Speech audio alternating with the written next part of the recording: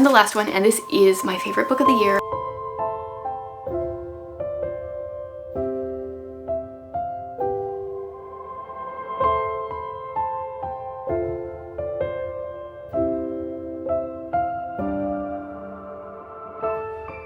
Hey guys, welcome to the video where I talk about my favorite books that I've read so far this year. I'm not a huge stats person, but I will tell you that apparently I have read 70 books so far this year. That does not include all the books I have DNF'd, and I don't even know how many favorites I have here. Upon further investigation, I think it's 13. So that's a pretty good number. I didn't try to keep it at like 10 or a specific number. I just went through my list and picked out all the ones that were 5 stars that I thought were favorites.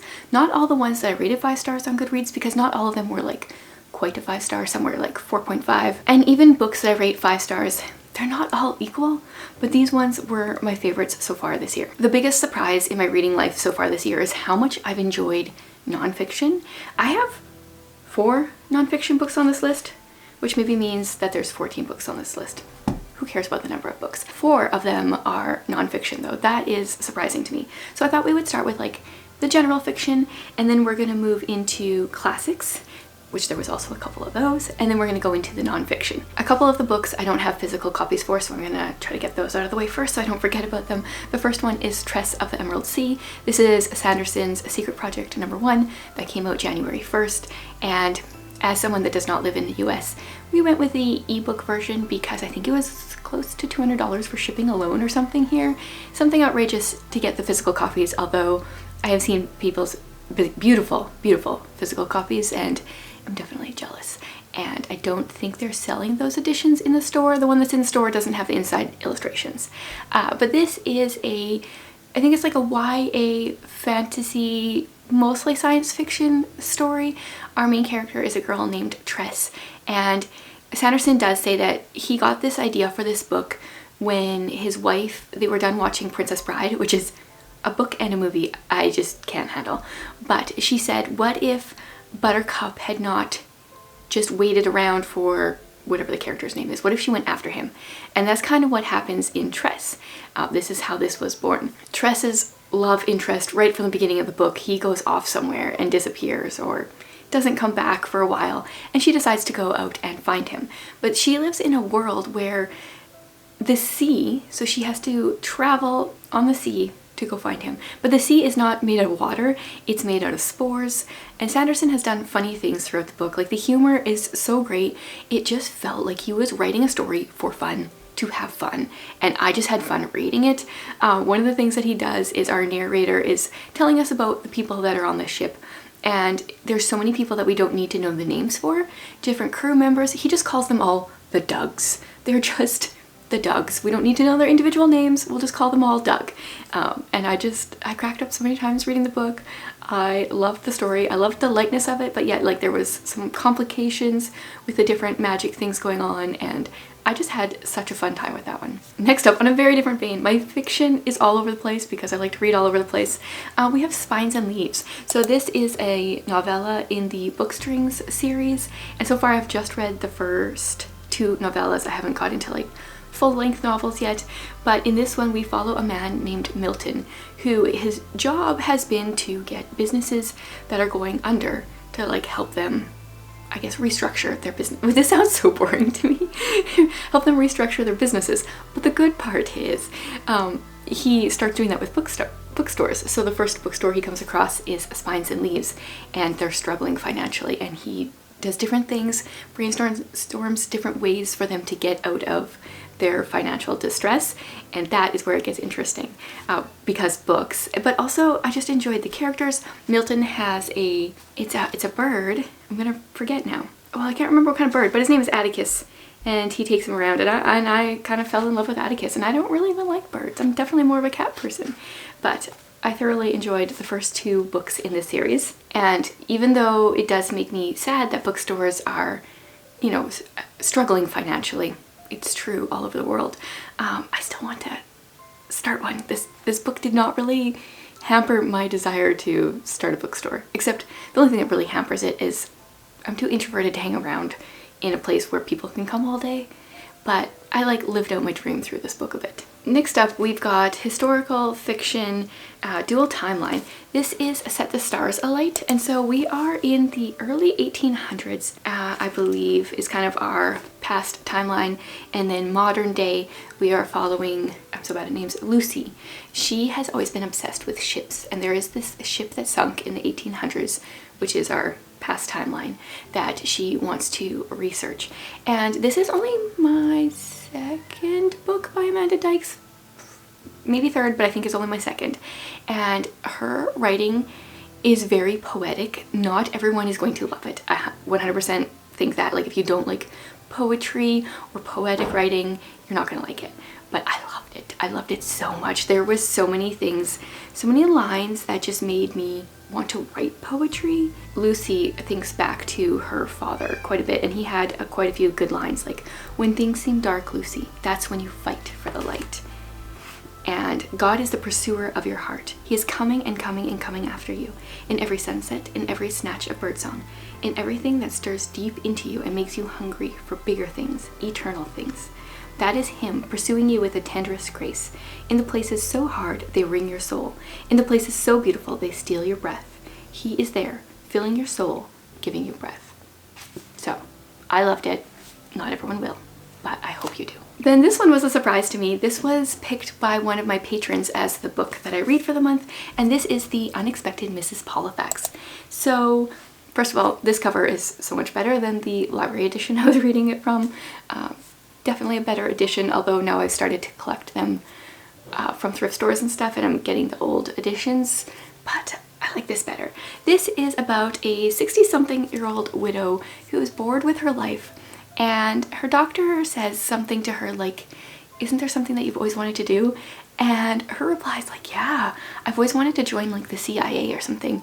And so she goes and she tries to apply, and by a misunderstanding of circumstances, she ends up being a spy for the US and has to go to Mexico.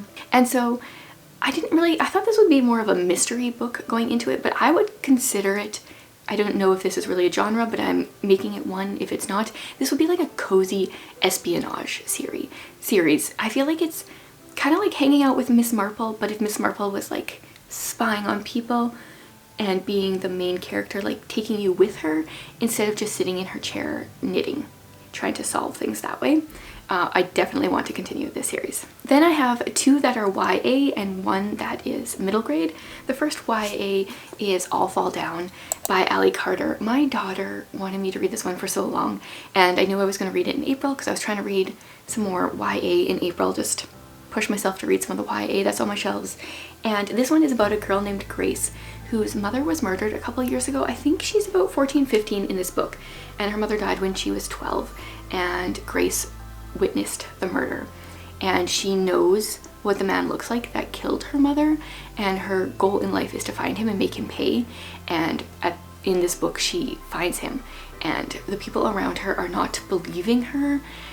She's not getting a lot of support. She's going to live on Embassy Row right at the beginning of this book, which is in a fictitious European country, and then this is like a street that has all the different embassies for all the different countries. And this has one of the best first sentences, like first paragraphs. "When I was 12, I broke my leg jumping off the wall between Canada and Germany," I say, "but the woman across from me doesn't even blink." That gives you like a what? Like a wall between Canada and Germany? They're on different continents. How does that work? But yeah, I thought this was going to be like a light, funny book, especially judging from that like first sentence. It turns out this has so much to do with grief, and Grace spent a lot of time in like the psych ward after watching her mother die, and like it was so much heavier than I was expecting. This is a trilogy, I think, and I want to continue it really soon as well. The next two are actually both series that I want to continue. Next one is My Lady Jane. This is a historical fiction alternate history fantasy book where we follow Lady Jane Grey as, who is it here now? King Edward. So that is Henry VIII's son is dying, and he wants Lady Jane to be his successor because his sister Mary, who would actually technically be next in line, is very Catholic, and Edward has been working on making England a Protestant country, except in the book, so that's like actual history, but in the book, how it works is Edward has been making England into a country that accepts magic, and Mary is very much against magic. And so the first part kind of like follows history with that like fantastical element to it, and then there's a part where they just throw history out the window. It even says like part 2 where we throw history out the window, and I just thoroughly enjoyed this. The humor, Lady Jane likes to read, so she's always reading books like The Unabridged History of the Beat in England Volume 5 or something like that, and I just had so much fun. It was witty, it was a fast read, and I want to read the rest of the series. And the last one was another one my daughter wanted me to read. This is Dead City, and this is the first book in a trilogy as well. It is a middle grade book about zombies. So our main character's name is Molly, and she likes to hang out at the morgue and gets accepted into this school for the Metropolitan Institute of Science and Technology, a school for the gifted students. So she hangs out at the morgue, learns a lot about like the medical stuff, and very soon realizes that there's actually zombies in the city, and she wants to be like a person that helps contain the zombies. It's very strange. This book also has a really good like first half a page. I hate zombies. I know that sounds prejudiced. I'm sure some zombies are really nice to kittens and love their parents, but it's been my experience that most are not the kind of people you want sending you friend requests. And what's even better is the title for the prologue is, "You're probably wondering why there's a dead body in the bathroom." I just had so much fun with this book, so I enjoyed it. Once again, gonna continue the series soon. Okay, so I think that was all for my fiction books. Now for classics, we're gonna start with the one that I don't own physically, and that is Parnassus on Wheels. Now I started that one because I believe it's the second book in this one, maybe it is the first one. There is a character who has a cat named Parnassus, and it's named after that story. So then I wanted to read that, and I also want to read the second book, which is called The Haunted Bookshop. But anyway, Parnassus on Wheels, our main character is this 40-something-year-old woman. I think this was written in the early 1900s. I don't remember the exact date. And she lives on a farm with her brother. In the last few years, her brother has become like quite a well-known author, and he takes these trips to like write his stories, you know, to get his inspiration and stuff. But she's very irritated that he keeps leaving, and she has to stay home and do all the work while he goes and has these adventures and writes these stories, and everyone thinks he's amazing, but she's just like getting really irritated with him. And right at the beginning of the book, this man with a horse and a wagon come onto her yard, and he wants to offer his whole setup, which is like his horse and his wagon, which is a traveling bookstore, to her brother to buy, because he thinks that her brother would enjoy it because he really enjoys him as an author. And our main character, she's like, no, he is not leaving me again. I will buy your bookstore just so that he can't. And she does, she buys the bookstore, and so the story is like her journey traveling around selling books, and I had so much fun with it.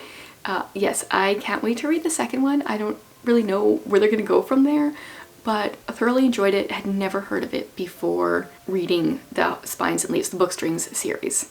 So definitely recommend that if you like bookstores. The next classic that I read and enjoyed is My Cousin Rachel by Daphne du Maurier. She just has like the gothic atmosphere that I just so thoroughly enjoy. Funnily enough, I didn't realize that when I was reading Rebecca. Need to reread that one for sure. But this one I was just like sitting in the gothic feel of it, which I didn't realize was a thing when I first read Rebecca, I think. And so in this one, our main character is a man in his like, maybe he's like 30-ish.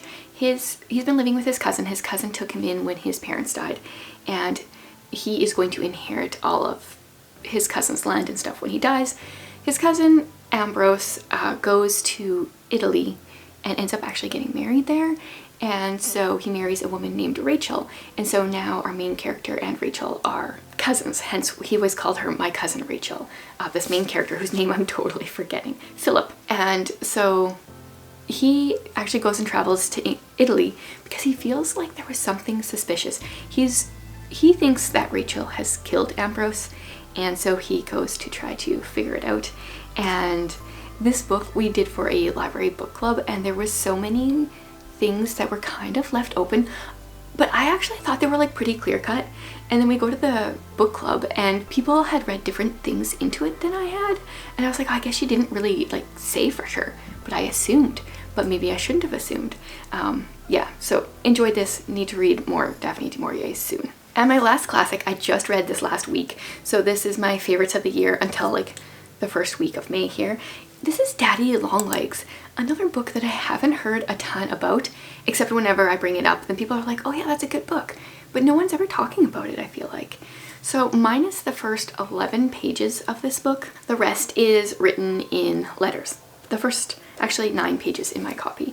In the first few pages, we get introduced to our main character. Her name is Jerusha Abbott, and she was pretty much, I mean, she wasn't born in an orphanage, but like she was raised there, they named her, and she doesn't have a whole lot of like prospects in life.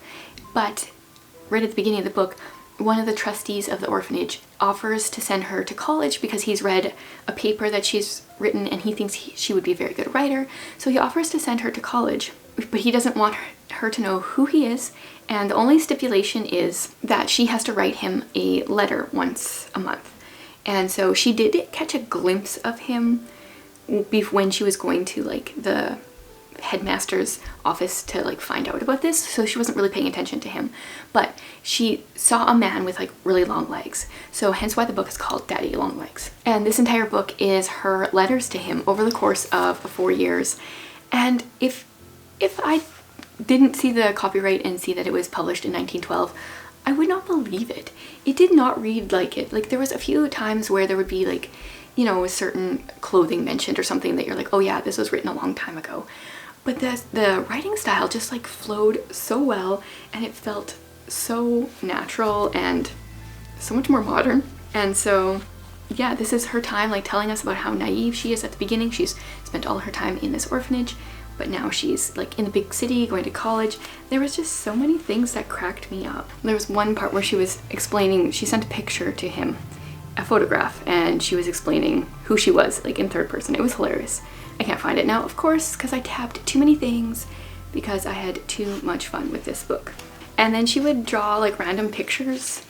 I mean, this one is just a centipede, which is funny because my daughter and I had just seen a bunch of centipedes and were really grossed out by them. And her drawing is terrible, but it was hilarious. And if you have not read this classic, please do, because I want to talk about it with people. Enjoyed it so much. Now we are on to my 4 nonfiction. The first one is Aggressively Happy by Joy Marie Clarkson, and I read this one back in February or March, and my only complaint is that I read it too fast because this book should be slowly enjoyed. Every chapter, there's an introduction, and then every chapter she talks about different aspects of life. I don't remember exactly what she had worded it, but like chapter 1 is befriend sadness, 2 is flounder well, remember you have a body, enjoy things unironically.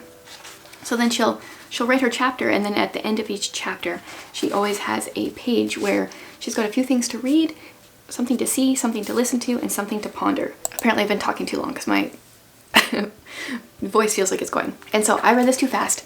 I didn't take the time after every chapter to do these things, and I want to. So I need to reread this.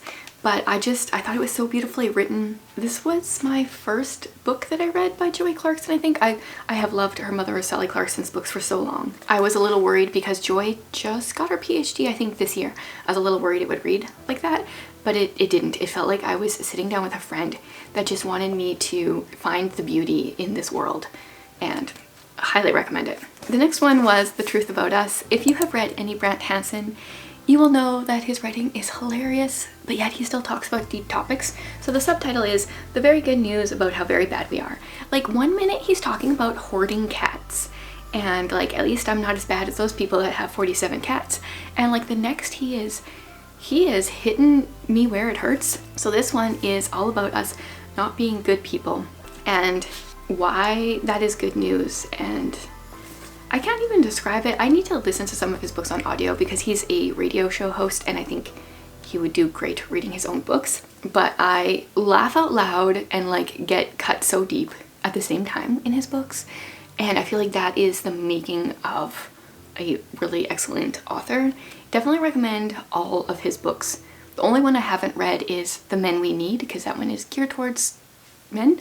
But I am tempted to read it just because I enjoy his writing, and I think it would be a good one to pass on to my son in a few years. My husband's already read it. It's just an excuse for me to read it as well. Okay, then I read Every Woman a Theologian. This is another one. I think I was reading this one like right around the same time as Aggressively Happy, and I read it too fast. I tabbed all the things. I should have slowed down. I should have written notes, but I was just so into it, I just sped through it. So the subtitle is Knowing What You Believe, Live It Confidently, Communicate It Graciously.